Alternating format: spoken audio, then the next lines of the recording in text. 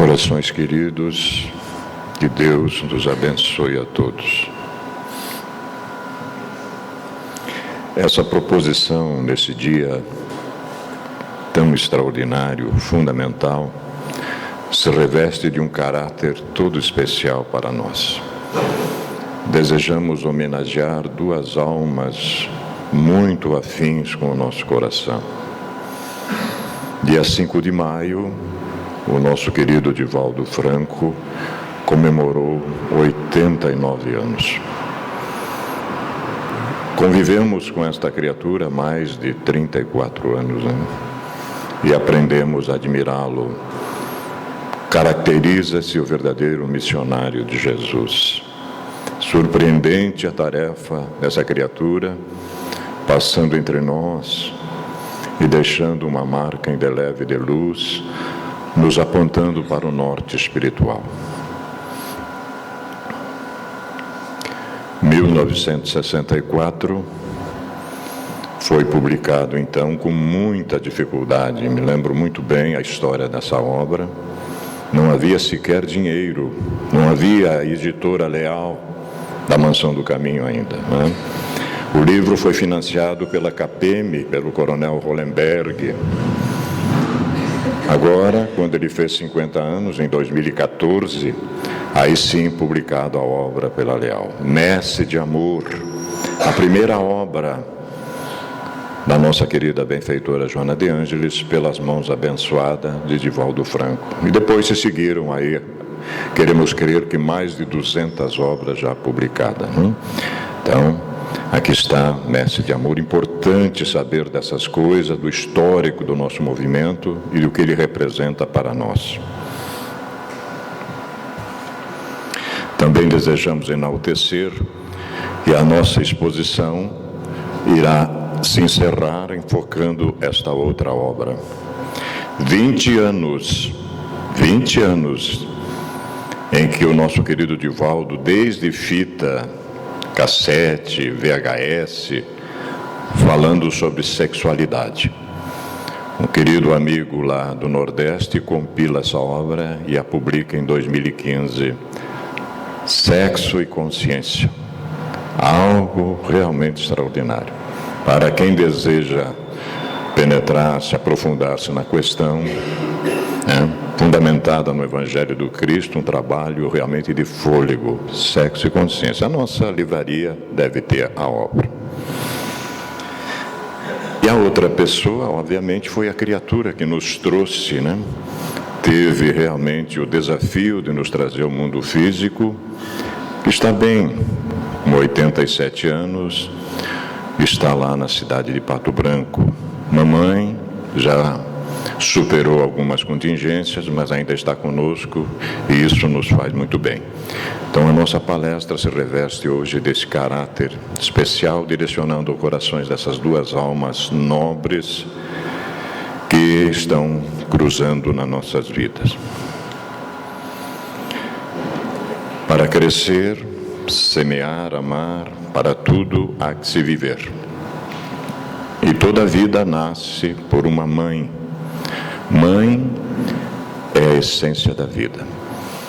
Nós vamos passar por todas as fases da mulher, porque a exposição se reveste exatamente direcionado para esse foco, a mulher no viés espírita. E nós vamos ter algumas informações muito preciosas a respeito disso, né? Desde a codificação até os momentos atuais. Queremos passar pela mulher moderna e depois chegarmos até a essência da mulher, que é ser mãe. A mulher no viés espírita, que ser é este, né? Essa primeira parte da nossa exposição está fundamentada num texto publicado em 2001 por uma advogada militante lá de São Paulo. A gente guardou esse material e, para surpresa nossa, 15 anos depois, é como se ela tivesse publicado ontem o texto, né? É muito importante a gente trabalhar isso, então. Como sempre temos falado aqui, a doutrina espírita, a doutrina consoladora, a doutrina que ilumina nossas vidas, que nos liberta da nossa própria ignorância, ela tem um caráter profundamente pedagógico. O codificador, num primeiro momento o professor Rivaio, ele herda toda essa estrutura de grandes pedagogos da humanidade, desde Comênios, Rousseau, Pestalozzi, e essa estrutura desses grandes mestres da educação deságua então no professor Rivaio. Por isso a simplicidade que a doutrina espírita tem de nos atingir o discernimento, né? Então é muito claro, não fala mais por alegorias, por símbolos, mas vai direto à nossa compreensão. E se nós conseguirmos realmente fazer com que isso seja evidenciado, nos daremos regiamente pago nessa manhã. Vamos seguir então essa estrutura. O elemento masculino descartável, nós vamos enfatizar aqui do começo ao fim. Se o elemento masculino desejar conviver com essa mulher moderna, ele vai ter que repensar algumas atitudes, vai ter que superar alguns hábitos que vêm milenarmente sendo equivocados, né? A mulher camaleoa e as suas multifaces, resquícios fúnebres do comportamento machista. A mulher moderna, as suas conquistas gradativas e irreversíveis e o seu maior papel, e algumas considerações finais que não se concluem nunca. Sempre, porque nenhum expositor que se preze poderá falar qualquer coisa que se torne da ciência do infinito sem passar pela sua obra fundamental. Paris, 1857, Cidade Luz, vem a lume, materializa-se realmente a promessa do Cristo na doutrina espírita através do livro imortal, o Livro dos Espíritos. É onde nós temos a nossa base fundamental. Uma legislação, meus irmãos, para ser perfeitamente justa, deve consagrar a igualdade dos direitos do homem e da mulher? Parece assim soando meio estranho, mas isso foi proposto em 1857. Isto aqui só entrou na nossa Constituição, né, lá em 2000 e pouco, né? Então, isso aqui estava muito avançado no espaço e no tempo. Dos direitos, sim. Das funções, não. A emancipação da mulher acompanha o progresso da civilização. Sua escravização marcha de par com a barbaria. Os sexos, além disso, só existem na organização física. Revelação. Olha que coisa maravilhosa, né? Visto que os espíritos podem encarnar num e noutro. Sob esse aspecto, nenhuma diferença há entre eles. Esse foi o primeiro choque que o gaúcho macho bigodudo sofreu na vida. Adivinha se a gente não começou a tratar o polo feminino melhor? Porque amanhã tem o troco. Nós costumamos dizer que o Sebastião Caminhoneiro amanhã será Maria da Conceição. Qual é o problema? Agora sim, né? Então, a mulher no viés espírita é uma terapia de choque para nós, né? Cuida-te, companheiro, abre o olho, porque o retorno é inevitável, né? Já que tu é um espírito imortal, tu está evoluindo para Deus e tu tem que ter todas as experiências, por que você também não vai sangrar todo mês? Né? Então tem que abrir o olho a respeito disso. Devem, por conseguinte, gozar dos mesmos direitos, né? Está lá na nossa obra fundamental. Isto é uma revelação chocante, né? Enedina Alves Marques, esta senhora, para nós também na pesquisa, ela veio à baila. Foi a primeira mulher e a primeira negra a graduar-se em Engenharia Civil pela Universidade Federal do Paraná. 1945, meu Deus, né? Olhem só. A gente só veio 5 anos depois. Já tínhamos esta criatura abrindo o caminho. Bota coragem nisso. Mulher e negra, né? Vejam só. Será que nós realmente colocaríamos nas mãos dessas criaturas as nossas vidas físicas? Com todas as letras. Olha aí, ó. Olha onde é que elas chegaram. Mexe, né? Olha o retorno que está acontecendo agora.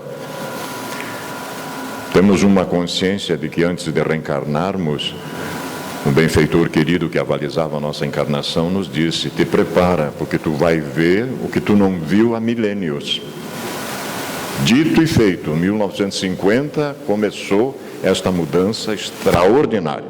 E vai continuar com essas crianças que estão chegando agora. Preparemos-nos, né? Vai continuar. É da lei. Mas as funções para as quais a mulher está destinada pela natureza, pela lei divina, têm uma importância tão grande quanto as do homem? Mais um choque. É, um atrás do outro, né? Sim, e maiores. É ela quem lhe dá as primeiras noções de vida. Incrível, né? Achamos uma imagem muito bonita, né, para colaborar.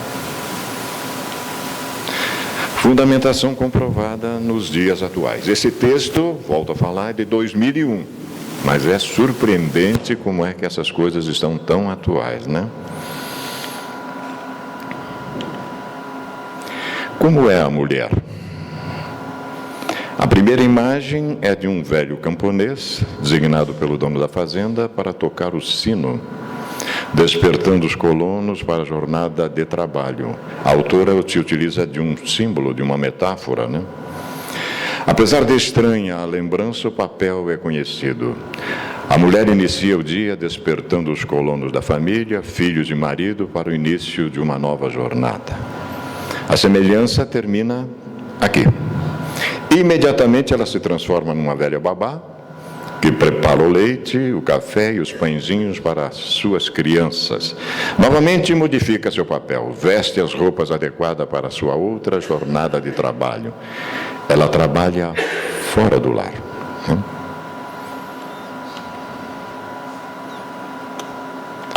Nesse slide aqui mais próximo está minha filha. E ela dirige quase, acredito eu, que pelo menos tem responsabilidade para o André estar lá me olhando, o André sabe disso. São mais de 100, né, André? Por aí, né? Vejam só. Exerce atividades variadas. Poderá ser uma profissional liberal, uma comerciária, uma operária, e cada vez mais irá diversificando o seu exercício profissional no mercado de trabalho. Hoje encontramos mulheres em todas as profissões que até há pouco tempo eram limitadas aos homens. Então, a sua libertação, a sua emancipação caminha exatamente com a evolução da própria sociedade, né? Ela é presa dentro da barbarie, ainda continua a barbarie, ela está presa.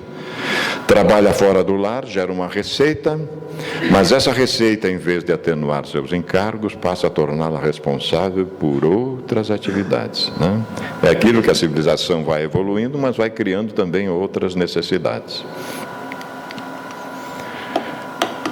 Transforma-se em economista e administradora. Muitas vezes conta com a participação de seu par, mas outras exercem essas funções sozinhas, pois cada vez mais assumem a chefia de família.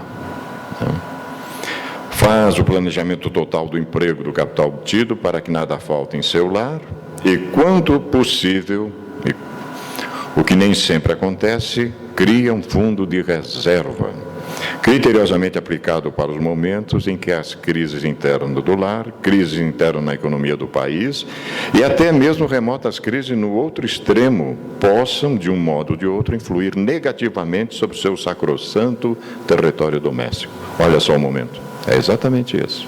Estamos aqui, né? No momento em que as coisas nos parecem ser fartas, como a circunstância da vida, elas mudam perenemente, e nós estamos sendo dirigidos por espíritos muito imperfeitos que não percebem o aspecto de atuar no coletivo, pensam no individual e essas crises acontecem. Então é bom ter essa reserva, né, para nos ajudar. O que encanta, na realidade, essa mulher moderna é a sua versatilidade e a sua capacidade de adaptação, há novos desafios, que nós colocamos um adjetivo como camaleoa, né? A metamorfose do papel da mulher dentro do lar é outra coisa que surpreende. Como pode alguém exercer tantas atividades ao mesmo tempo? E nós dei uma ideia assim, que é um tipo de uma mulher polvo, ela é um polvo, né? É a conselheira dos filhos, ela é que procura passar de modo adequado os valores, né?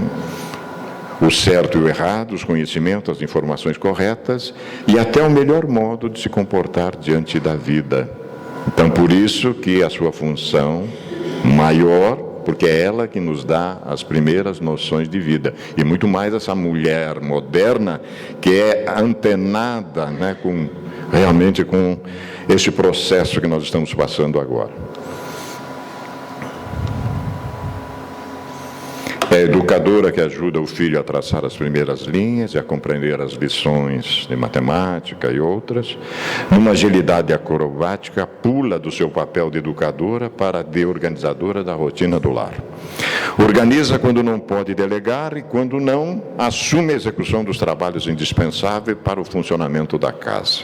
Nesse afã, passa de nutricionista para cozinheira, copeira, chefe e encarregada da lavanderia, faxineira e decoradora.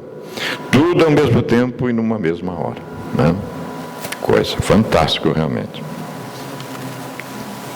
Nós temos um slide por um relaxamento momentâneo. Diz que as mulheres só não dominaram o mundo, meus queridos, porque ainda estão tentando decidir a roupa certa para a ocasião. Mas a hora que elas acertarem, né? Preparem. Nessa mobilidade alucinante, atua como conselheira de moda para toda a família. Essa cor não se usa mais. As cores da moda são pink, azul e lilás. Aliás, já me ganhou, né? Porque muitos de nós estamos começando a ficar sensíveis. É possível que na encarnação futura a nossa casa não seja azul na colônia espiritual, e sim a rosa, né? É possível. O paletó deve ter 1, 2 ou 3 botões, a gravata adequada para essa cor de terno é a listrada de marrom. E realmente não vá contra essa informação. Adeque-se, adapte-se, né? Num eterno mover, transforma-se em motorista da família, em segurança dos filhos, que teimam em ficar um pouco mais na festa.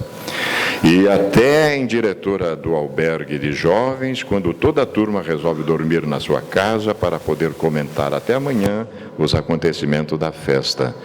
Ela, esperta que é, ela traz os amigos dos filhos para casa. Essa é a ideia. E se possível, tiver até um evangelho no lar, vai bem. Vai bem.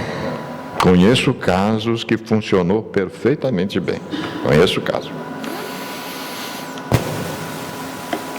Atua como moderadora e apaziguadora dos conflitos entre o pai educador e os filhos educandos.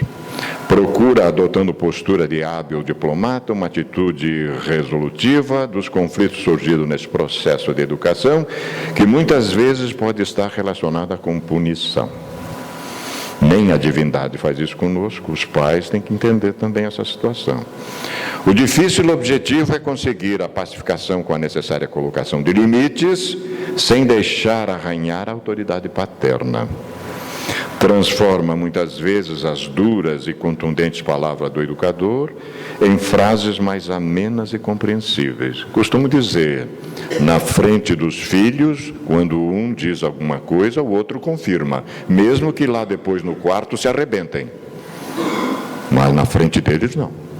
Jamais, né? Então, juízo nesse sentido. Sua alta capacidade adaptativa faz despir-se de todos esses papéis quando surge uma ameaçadora moléstia. Transforma-se, então, numa eficaz e carinhosa enfermeira, administra com rigor militar e, nas horas determinadas, a medicação para sua gente e seu povo. Sente-se responsável pela saúde, chama, cobra e vigia a atuação de um profissional da saúde. Complementa a terapia com chás que só ela sabe inserir bons para essa ou aquela moléstia, sem esquecer as recomendações do profissional médico. E vai juntamente um chazinho fluidificado, magnetizado, sem sombra de dúvida, que é o que funciona, não? Ora, pede, suplica e questiona segundo a sua visão do Ser Supremo, quando o assunto é a saúde no seu reino. Achamos também mais um slide interessante ali. Jamais, hein? Quem tiver juízo, esse elemento masculino, jamais subestime uma pessoa que sangra todo mês e não morre. É verdade. Orientado, entretanto, por ciclos, algumas vezes é bruxa e seu humor apavora todo lar. Da luz e seu próprio gerar, sua capacidade de procriar, é usada em detrimento da retomada das suas atividades profissionais. Como num transformar de uma crisálida que, quando chega à noite, se prepara para receber o seu amor. Despe-se de todos os uniformes e envolve-se em tecidos capazes de seduzir. É o grande artifício de se transformar em si mesma, dando a impressão de novo para o seu amor. Maravilha, né? Sempre tem um jeitinho de fazer a motivação continuar. Tem o conhecimento inato, trouxe consigo, da necessidade de revitalizar o desejo do homem. Prepara-se para acolhê-lo. O acolhimento aumenta o prazer e valoriza o interesse de seu amado, parte essencial de sua estrutura poética. Eu tenho o costume de dizer para o elemento masculino: faça por merecer. Faça por merecer. É essa mulher que possui o encantamento de seduzir e a capacidade de manter a liga, que deve ser firme e flexível para não se tornar quebradiça. Seduzir com a transformação de todos os papéis vividos numa verdadeira amante apaixonada. Ela sabe que o homem é seduzido quando ela se despe de todos os papéis e se entrega à intimidade e à exclusividade de emoções inimagináveis. Talvez a maior e mais admirável qualidade da mulher seja a capacidade de uma contínua criação de encantamento e sensação do novo na representação de muitos papéis no decorrer de sua vida. Ela faz isso com uma maestria extraordinária. Aqui está, então, quem escreveu este texto, essa senhora, a doutora Soraya Gugliotti Kuhlmann, que é uma profissional na área civil, uma advogada, e ela escreveu esse texto em 2001. Está atual ou não está? Está certinho? E vai muito além, né, na realidade. Esta, então, a nossa homenagem à mulher moderna. As considerações finais da nossa exposição vai se alongar um pouquinho, porque é necessário. Vamos tratar da mulher integral, sua realidade atual e o seu perene papel maior. Agora nós vamos entrar na essência da mulher. Muito bonita.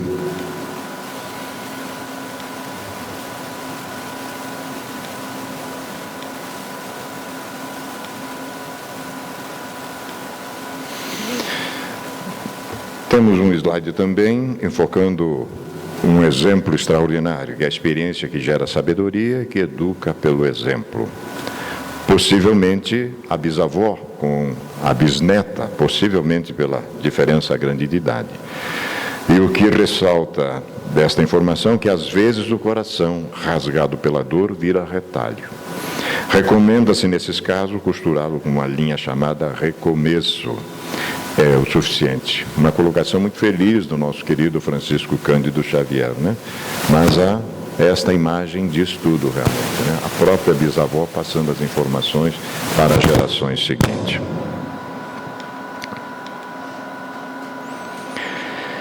Esta mulher começa assim, fica linda assim. E ela chega depois, mais tarde, ela vai ficar assim, né? Essa criatura querida nos é realmente extraordinária. Ela era jovenzinha e foi ela que me desenhou pela primeira vez numa palestra. Eu tenho guardado esse material, né? Olha que coisa. Ela iniciou esse ano arquitetura na universidade, né? Me prometeu que vai me desenhar. A primeira estande que ela vai fazer vai ser lá em casa. Então, essas almas chegam na nossa vida, né? Um dia, a gente tem a aventura de conviver, ainda deu tempo de conviver com essas criaturas queridas. Mas nós colocamos o slide da Lia Luft porque eu tenho certeza que ela vai chegar exatamente nesse momento.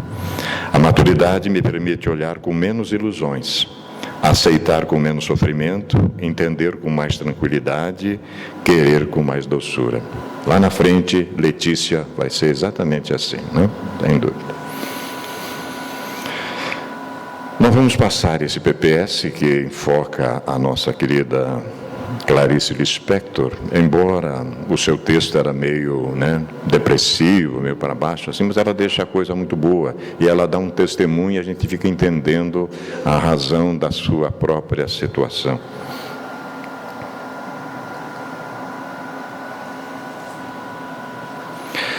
Uma pergunta que me fez e que mais me importava, se a maternidade ou a literatura. O modo imediato de saber a resposta foi eu me perguntar: se tivesse de escolher uma delas, que escolheria?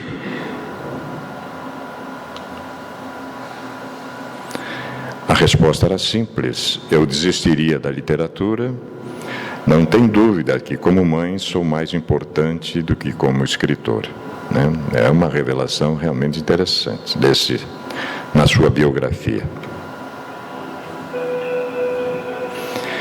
Reconhecida como uma das mais importantes escritoras do século XX, Clarice Lispector nos recorda que a maternidade é infinitamente maior do que qualquer outra atividade.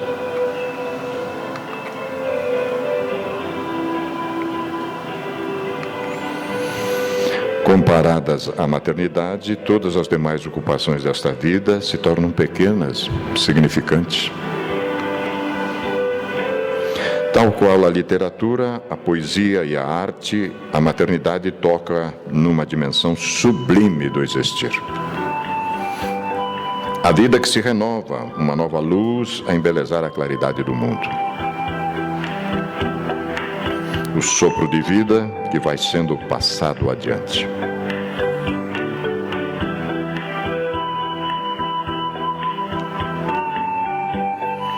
A cura do mundo passa necessariamente pelo coração das mães, por um novo olhar, uma nova educação, um outro acolhimento. Os momentos felizes da infância constituem o mais precioso tesouro que alguém possui.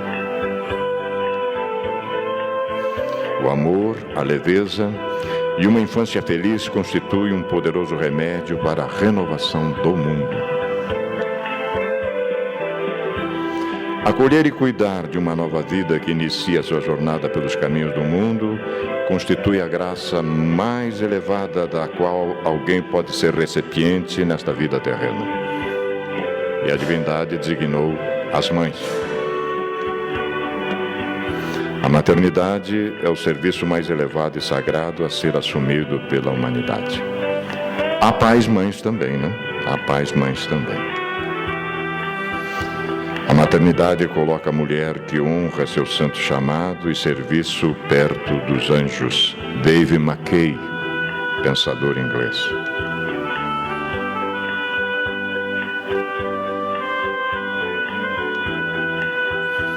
O que significa honrar o santo chamado e serviço da maternidade?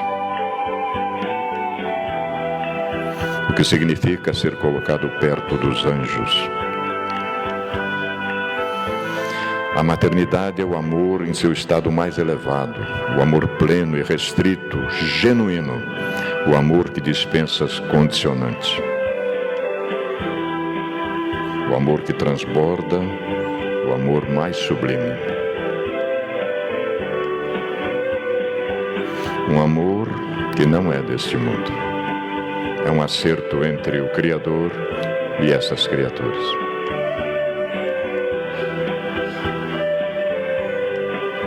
O sítio seguro, onde a ave nova se aninha, até que tenha forças para prosseguir com seu voo pelo espaço infinito dos caminhos do mundo. O repositório de um amor sem fim.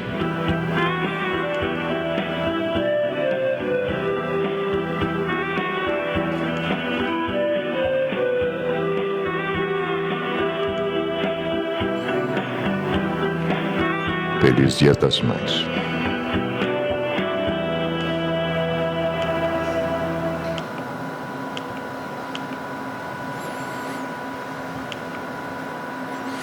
Minha neta mais velha, vou homenageá-la também, Heloísa, anjo querido, e meu outro anjo querido que acaba também de chegar, Ana Cecília. O nome dela foi uma homenagem à minha mãe e à minha companheira. O nosso querido Viana de Carvalho, em 1999, aborda a temática do problema da mulher no trabalho, na atividade profissional. Foi perguntado ao benfeitor, na obra Atualidade do Pensamento Espírita, publicada em 1999, diz assim: tem sido crescente a participação da mulher no mercado de trabalho. Ao mesmo tempo, ela vem assumindo, em muitos casos, a manutenção da casa e a educação dos filhos. O livro é de 1999. Como analisar esse fato na perspectiva do futuro da família? Muito interessante a proposição. E o benfeitor responde para nós. Vejam só como tem consonância direta com a nossa obra fundamental. Quando os resquícios do comportamento machista cederem lugar aos direitos de igualdade entre homens e mulheres, os primeiros terão idênticos deveres na construção da família e orientação dos filhos.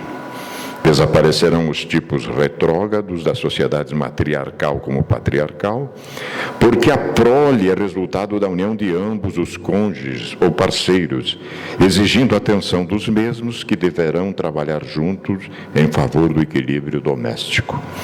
Os deveres serão equanimemente divididos, conforme já vem acontecendo em algumas comunidades, de acordo com as possibilidades de cada um dos envolvidos na harmonia familiar.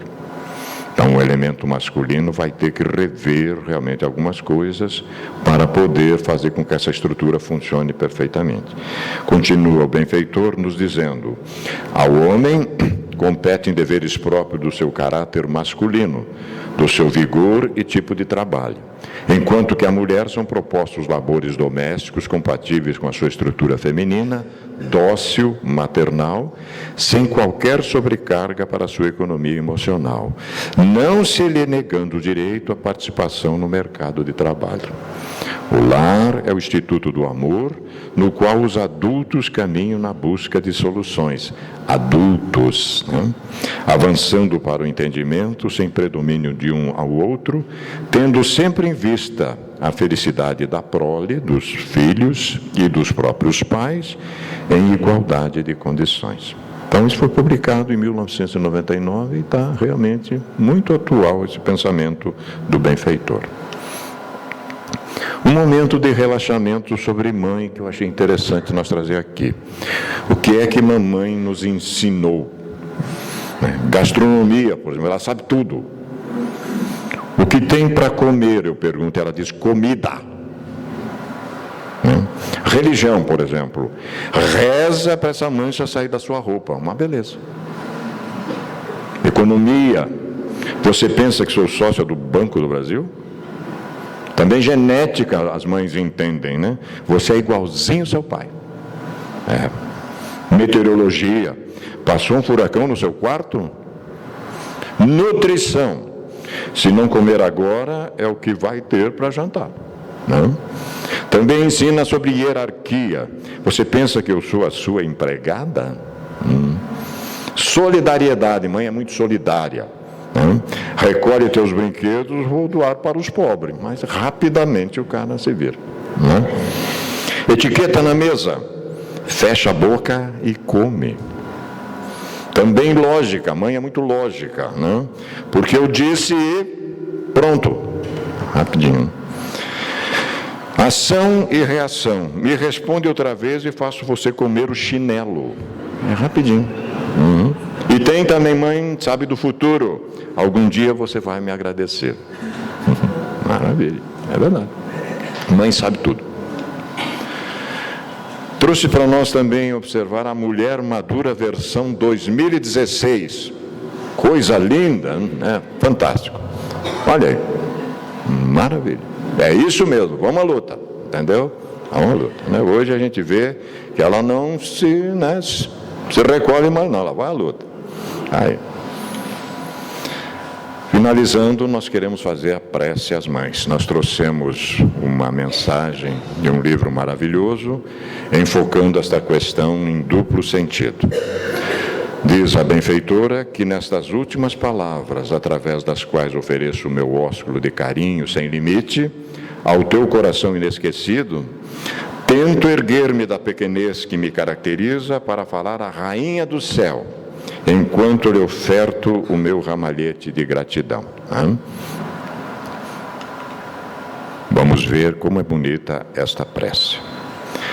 Mãe, a Mãe Santíssima e, enfim, a prece. Senhora, em nome de todas as mães sofredoras do além-túmulo, eu estou falando do lado espiritual, ofereço-vos a alegria desses momentos incomparáveis, eu que sou uma delas. Ó Rosa Mística de Nazaré, tende piedade de quantas mulheres, desrespeitando o santuário da maternidade, se atiram loucas nos abismos do crime. No primeiro momento é piedade. Mulheres que adiaram o santo ministério da procriação.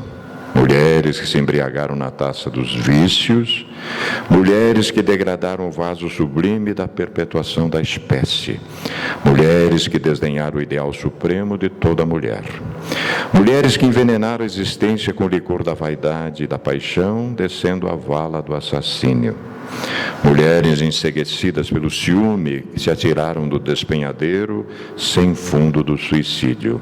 Mãe Santíssima, tem piedade. E socorrei aquelas outras que, mães, sacrificaram-se no anonimato e na renúncia. Mães que amarguraram-se no silêncio e no esquecimento, guardando a própria dor. Mães que, desprezadas e vilipendiadas, permaneceram desconhecidas. Mães que lutaram e sofreram sem desânimo, sem receio. Mães que morreram no holocausto do lar, para que os filhos se tornassem filhos do vosso amor, dignos do vosso Filho. Ó vós que experimentaste todas as máximas agonias e sorveste sem reclamação até a última gota a taça de fel e amarguras por vosso amado Filho, perdoando aos seus algozes, descerrai vossos olhos e contemplai a mulher sofredora e desfalecente, ajudando-a e reconvocando aos sagrados deveres do lar e da maternidade. Senhora nossa, ajoelhada aos vossos pés, ofereço a minha insignificância ao trabalho do amor, pelo menos em favor de mim mesma. Otília Gonçalves, através do nosso querido Divaldo, e o livro é Além da Morte, um clássico realmente extraordinário. A benfeitora querida Amélia Rodrigues tem um recorte na sua obra Até o Fim dos Tempos que é majestoso.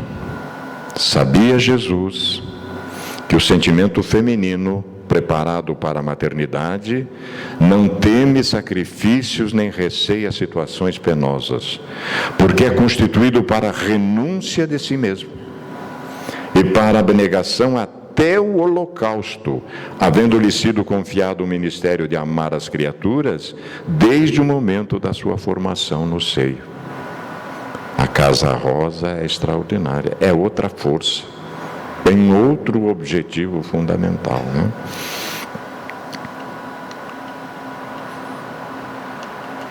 Nós estamos também fazendo homenagem a Miriam de Magdala, a Torre do Rebanho. Muito importante saber dessas coisas.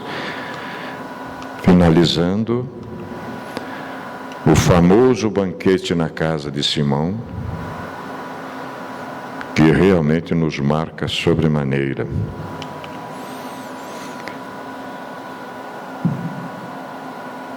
Disse Simão a Jesus: se tu fosse realmente profetas, saberia que esta que está te tocando é uma prostituta. Né? E aí, até ali Jesus estava levando o Simão numa boa, tranquilamente, uma forma educada, porque ele convida Jesus, não lhe dá o ósculo, o beijo na face ou o beijo nas mãos, que tinha que ser. Quem tratava da Torá, Jesus era um mestre da Torá, tinha que ser beijado, inclusive, nas mãos, tinha que lhe oferecer uma vasilha com água, lavar seus pés. Ele não fez nada disso, ele estava tentando era humilhar o Cristo. E esta criatura entra por trás, aproveitou que tinha muita gente na casa, se joga atrás dos pés de Jesus e começa, com aquele vaso de perfume, trabalhar, né? Passar nos pés de Jesus para refrescá-lo. Aí Jesus, a partir dali, realmente trata o Simão com outra maneira. Mas no final das contas, depois de tudo isso, Jesus fala com ela se revela para ele, e ela diz: mestre, eu não terei a ventura de ser mãe, porque eu viciei o meu centro genético e não poderei ser mãe. E Jesus lhe diz: mas Miriam, Maria, e os filhos abandonados das outras mulheres, não poderá tê-los como mãe? E a partir daí a história é magnífica, porque ela sai então iluminada por Jesus e vai realmente acabar os seus dias cuidando de leprosos, inclusive, né? O próprio adúltero que fugiu dela no início volta para ela para ser curado por ela mesma. E por isso que Jesus diz então: vai, mulher, por muito amares, os teus pecados, os teus erros do alvo são perdoados. Vai em paz. Meus irmãos, aí está então a nossa singela homenagem a este ser extraordinário, a visão que o Espiritismo tem da mulher, né? Então nós ficamos assim sabendo profundamente de que trata esse polo feminino e a sua correspondente mensagem. Se nós queremos conviver com essa criatura nova, realmente vamos ter que fazer a nossa parte, né? Fazer todo o empenho possível para somar junto, e aí, sem sombra de dúvida, essa proposição divina será alcançada. A mulher querida nesse dia tão especial, a mulher mãe, a nossa reverência. Muito obrigado.